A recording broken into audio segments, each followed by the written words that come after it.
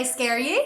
Okay, probably not. But what does scare you? I am quite scared of heights and falling. Do you know what the special name for that is? It's called acrophobia. Can you guess what any of these fears mean? Banana phobia. Yeah, bananas. The fear of bananas. Telephonophobia. You're scared of telephone. Yes, the fear of talking on the phone. Coaster phobia. It means being scared of coasters. It sounds like it. No, not a fear of coasters, but a fear of roller coasters. Do you have any of those fears? Okay, so here are some that are more difficult to guess. Nyctophobia. This one is a fear of darkness. That's a really common one. Are you afraid of the dark? And I'm not sure if I can pronounce this one, but I'll try. Didascalenophobia. Didascalenophobia.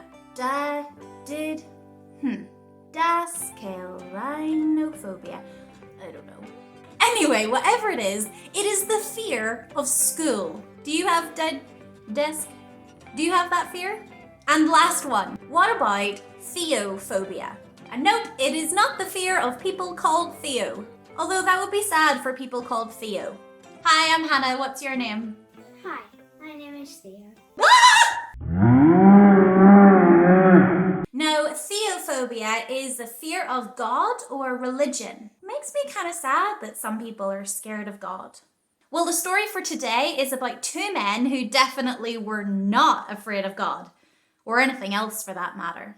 So two men, Paul and Silas, were in a town in Greece, telling people all about how Jesus was the Son of God. They were also healing people and performing miracles. Quite a few local people did not like what they were doing and had them locked up in prison. They had their clothes torn, they had their backs whipped, they had their feet chained to really heavy blocks of wood and locked deep, deep inside a prison. Thankfully, they did not suffer from carcerophobia, fear of being in prison.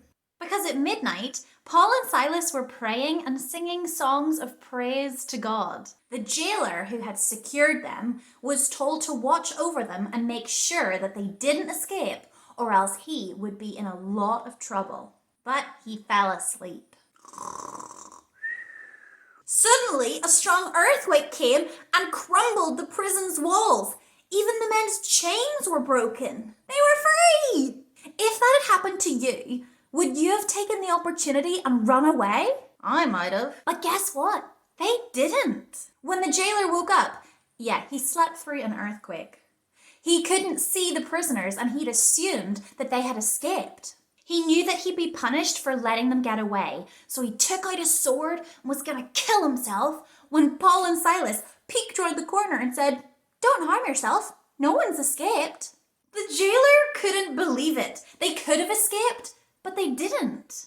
These men weren't scared of anything, prison, pain, or even dying. The jailer was so amazed at them that he asked them, "What do I have to do to be more like you?" Paul and Silas said, "Have faith in Jesus Christ and you will be saved." And the story goes on. Paul and Silas are eventually released from prison and they went to have dinner at the jailer's house where his whole family started believing in God. Remember that Bible stories aren't always happily ever after stories. Well, Paul was put in prison a number of times after this for sharing the good news of Jesus Christ. Paul is a really interesting character. Paul used to hate Jesus and hated anyone who believed that Jesus was the Son of God. Then he had a dramatic conversion, made it his life's mission to tell as many people as possible about the good news of Jesus.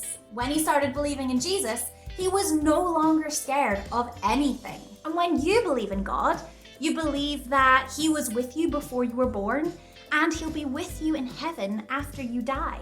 So if we love God, there's really nothing to be scared of. But if you do get scared, that's okay too. Talk to God and ask him to take your fear away. As long as you don't have panophobia, that's the fear of everything. So this week's challenge is to figure out what you're scared of. It could be darkness, heights, spiders, belly buttons. Yeah, that's a real thing. And find out what the special name for it is. Once you know what it's called, pray to God and ask Him to help you overcome your fear. God doesn't always answer our prayers straight away. He might want you to do some work on it yourself first. He might instantly make your fear go away, or He might give you strategies to help cope better with it. But remember, when you pray, God hears you, and He cares about what you care about. And He doesn't want you to be scared. That's it for today. Bye!